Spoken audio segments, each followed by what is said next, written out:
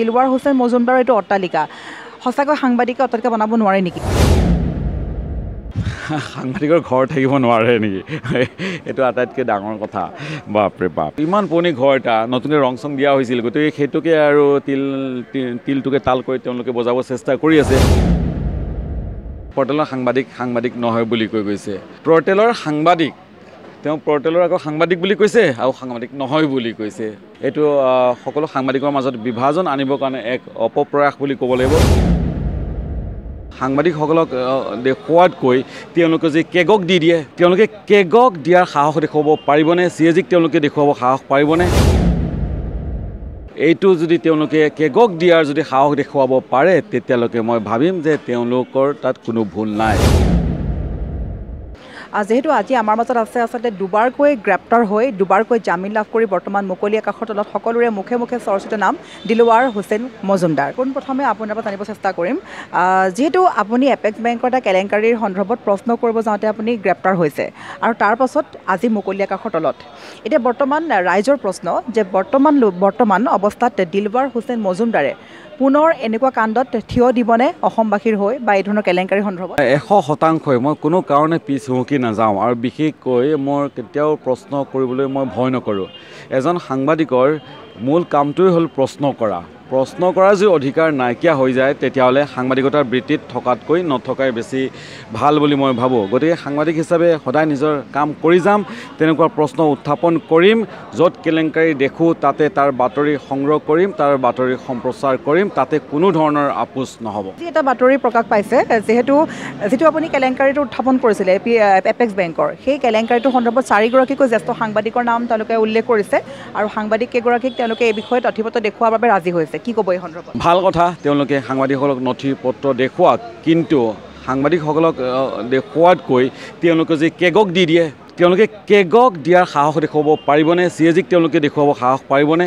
এইটো যদি তেওঁলোকে কেগক দিয়াৰ যদি সাহস দেখুৱাব পাৰে, তেতিয়ালৈকে মই ভাবিম যে তেওঁলোকৰ তাত কোনো ভুল নাই। কিন্তু তাৰ পৰিৱৰ্তে তেওঁলোকে চাওক, সাংবাদিকসকলক তেওঁ বিষয়টো তালৈকে আনি বেলেগ ফালে তেওঁলোকে আচলতে তেওঁলোকৰ যে উদ্দেশ্য ঠিক নহয়, ইয়াৰ পৰা প্ৰমাণ হৈ যায়। এই ধৰণৰ কিছুমান কমেণ্টো আমি লাভ কৰিছোঁ। বহুলোকে এই কথা কৈছে, আপুনি যিটো কথা কৈছে যে 2-4জন সাংবাদিকক দিয়াৰ সলনি যদি এই ব্যৱস্থাটো হয় কেগক দিয়ক নিশ্চয়কৈ। আৰু তাৰ লগতে আপোনাক যিটো গ্ৰেপ্তাৰ কৰিছিলে বা আপোনালোকৰ সকলো সাংবাদিক একেলগ হৈ আহিছে, কেৱল গুৱাহাটী মহানগৰীতে নহয় সমগ্ৰ ৰাজ্যৰ আৰু অসমৰ বাহিৰতো কলা বেজ পৰিধান কৰি প্ৰতিবাদ সাব্যস্ত কৰিছিলে।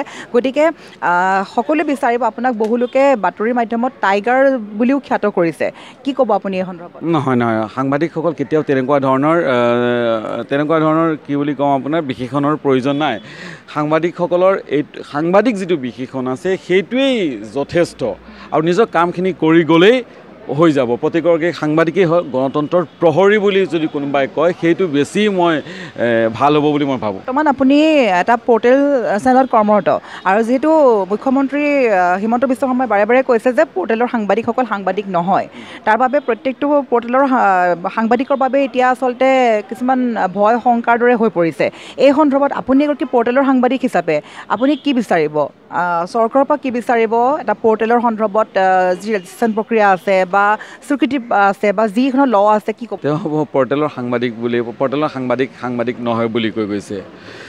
পৰ্টেলৰ সাংবাদিক, তেওঁ পৰ্টেলৰ আকৌ সাংবাদিক বুলি কৈছে আৰু সাংবাদিক নহয় বুলি কৈছে। তাতে তেওঁলোকৰ যি কণ্ট্ৰাডিকশ্যন, সেয়া ইতিমধ্যে হেৰি হৈ পৰে। আচলতে মূল কথাটো সেইটো নহয়, এইটো সকলো সাংবাদিকৰ মাজত বিভাজন আনিবৰ কাৰণে এক অপপ্ৰয়াস বুলি ক'ব লাগিব। কিন্তু অসমৰ সাংবাদিকসকল যথেষ্ট সচেতন। গতিকে এই যি ষড়যন্ত্ৰ, সেই ষড়যন্ত্ৰৰ জালত সাংবাদিকসকলে ভৰি নিদিয়ে। প্ৰতিগৰাকী সাংবাদিক যিসকলে তথ্য আধাৰত বাতৰি সংগ্ৰহ কৰে, বাতৰি সম্প্ৰচাৰ কৰে, তেওঁলোক সাংবাদিক। ব্যক্তিগত প্ৰশ্ন সুধিম, যিহেতু মন্ত্ৰীসকলে এই সন্দৰ্ভত কথা কৈ আছে যে দিলৱাৰ হুছেইন মজুমদাৰৰ ডাম্পাৰ থকালৈ বা অধিবক্তা হিচাপে সকলো কাম একেলগে কৰিছে। এই সন্দৰ্ভত আপুনি এটা কালি মন্তব্য দিছিলে যে মোৰ পৰিয়ালৰ কথা চিন্তা কৰি, মোৰ দুগৰাকীকৈ কন্যাৰ কথা চিন্তা কৰি আপুনি এই ধৰণৰ কিছুমান ব্যৱস্থা গ্ৰহণ কৰিছে। সেই সন্দৰ্ভত কি ক'ব আমাৰ সংবাদ মাধ্যম? প্ৰতিগৰাকী সাংবাদিক তেওঁলোক আৰ্থিকভাৱে স্বাৱলম্বী হোৱাটো দৰকাৰ। আৰ্থিকভাৱে স্বাৱলম্বী হ'ব পাৰিলেহে যিমান শক্তিশালী ৰূপত আমি সাংবাদিকতা কৰোঁ, আৰু তাতছে আৰু অধিক ৰূপত শক্তিশালী ৰূপত সাংবাদিকতা কৰিব পাৰিম বুলি মই ভাবোঁ। প্ৰশ্নটো হ'ল এজন মানুহে সততাৰে কৰিছে নে অনৈতিকতাৰে বা বেআইনীভাৱে কৰিছে, সেইটো হ'ল মূল প্ৰশ্ন। যদি সততাৰে কোনোবাই যদি সেই কাৰ্য সম্পাদন কৰিছে বা নিজৰ উপাৰ্জনৰ এটা বাট উলিয়াব পাৰিছে, তেতিয়াহ'লে তেওঁক সম্বৰ্ধনাৰে জনাব লাগে। আৰু যদি তাত যদি কোনো সত্যতা নাই বা তেওঁলোকে কোনো দুৰ্নীতিৰ আশ্ৰয়েৰে কোনোবাই যদি কৰিছে, বেআইনীভাৱে কোনোবাই কৰিছে, তেতিয়াহ'লে সেইগৰাকী ব্যক্তি নিশ্চয়কৈ তেওঁ শাস্তিৰ উপযুক্ত ব্যক্তি। সামাজিক মাধ্যমত আপোনাৰ যিটো ঘৰৰ অট্টালিকাৰ ফটোখন ভাইৰেল হৈ আছে, আপুনি নিশ্চয়কৈ গম পাইছে। তাত সেই সন্দৰ্ভতো বহু সাধাৰণ ব্যক্তিয়ে আচলতে নাজানে বা জ্ঞাত নহয়। তেওঁলোকক আপুনি কি ক'ব? বহু লোকে এই ধৰণৰ প্ৰশ্ন কৰিছে যে দিলৱাৰ হুছেইন মজুমদাৰৰ এইটো অট্টালিকা, সঁচাকৈ সাংবাদিকে অট্টালিকা বনাব নোৱাৰে নেকি? এই ধৰণৰ বিভিন্ন প্ৰশ্নৰে আচলতে সমালোচনা বাতি কৰিছে, কি ক'ব আপুনি? সাংবাদিকৰ ঘৰ থাকিব নোৱাৰে নেকি? এইটো আটাইতকৈ ডাঙৰ কথা। বাপৰে বাপ। মূল কথাটো হ'ল যিটো ঘৰ দেখুওৱা হৈছে সেইটো আমাৰ পৈতৃক সম্পত্তি আমাৰ বহুত আগৰ পৰা আমাৰ যেতিয়া জইণ্ট পৰিয়াল আছিল তেতিয়াই সেই ঘৰটো মোৰ ভাগত পৰাই নাই, যিটো মই তাতে নাথাকোঁ, ইয়াতে থাকোঁ। গতিকে সেই ঘৰটো মোৰ যেতিয়া ঘৰুৱা ভাগ বতৰা হয় আৰু সেইটো প্ৰত্যেকটো ঘৰতে হয়, গতিকে সেইটো মোৰ তাত নহয়। আৰু ইমান পুৰণি ঘৰ এটা নতুনকৈ ৰং চং দিয়া হৈছিল, গতিকে সেইটোকে আৰু তিলটোকে তাল কৰি তেওঁলোকে বজাব চেষ্টা কৰি আছে। প্ৰতিগৰাকী সাংবাদিকৰে ঘৰ থকা দৰকাৰ, আৰু যিসকলৰ নাই তেওঁলোকক চৰকাৰে তেনেধৰণৰ ঘৰে হওক বা ভূমি আবণ্টন দিয়া চৰকাৰৰ দায়িত্ব আৰু কৰ্তব্য, যিটো চৰকাৰে সেই দায়িত্ব আৰু কৰ্তব্য পালন কৰা নাই। এটা প্ৰসংগ উত্থাপন হৈছিলে যে আপোনাৰ এই কেছটোৰ পিছত বহু সাংবাদিকলৈ ভাবুকি আহিছিলে। যিসকল সাংবাদিকে আপোনাৰ হৈ মাত মাতিছে, ৰাজপথলৈ ওলাই আহিছে, সেইসকলৰ সন্দৰ্ভত কিছুমান ভাবুকি আহিছে। সেইসকল নিৰাপত্তাৰ বাবে আপুনি কি ক'ব? একমাত্ৰ উপায়টো হ'ল আমি সকলো একেলগ হৈ থাকিব লাগিব। কাৰোবাৰ প্ৰতি যদি ভাবুকি আহে, আমি সকলোৱে একেলগে একতাৰে থাকি সেই যুঁজ দি যাব লাগিব। আৰু আমি একেলগ হৈ থাকিব পাৰিলে সকলো বিপদৰ পৰা মুক্ত হৈ থাকিব পাৰিম। সেইখিনি।